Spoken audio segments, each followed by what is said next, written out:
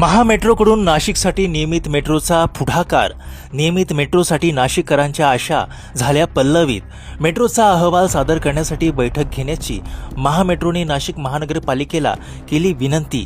केंद्र सरकारने नुकताच न्यू टायर बस मेट्रोला रेड सिग्नल दिल्यानंतर 3 महिन्यापूर्वी महामेट्रोने नाशिक शहरात वाहतुकीचा सर्व्हे केल्यानंतर महामेट्रोकडून नाशिकसाठी नवीन मेट्रोचा एक अहवाल तयार करण्यात आला आहे.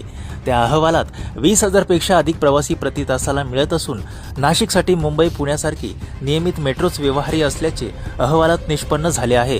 आता महामेट्रोने नाशिकच्या नियमित मेट्रोसाठी पुढाकार घेतला असून महामेट्रोने नाशिकच्या नियमित मेट्रोच्या अहवालाचे सादरीकरण करण्यासाठी पुढील आठवड्यात शहरातील सर्व उद्योजक, संघटना, सर्व प्रमुख शासकीय अधिकारी, प्रतिनिधी यांची बैठक घेण्याची महामेट्रोने नाशिक महानगरपालिकेला विनंती केली आहे. महामेट्रोला नाशिक महानगरपालिकेने तात्काळ सर्वांसोबत बैठक घेऊन वेळ न घालवता नाशिकसाठी नियमित मेट्रोचा निर्णय जाहीर करावा, आता सर्वांकडून बोलल्या जात आहे.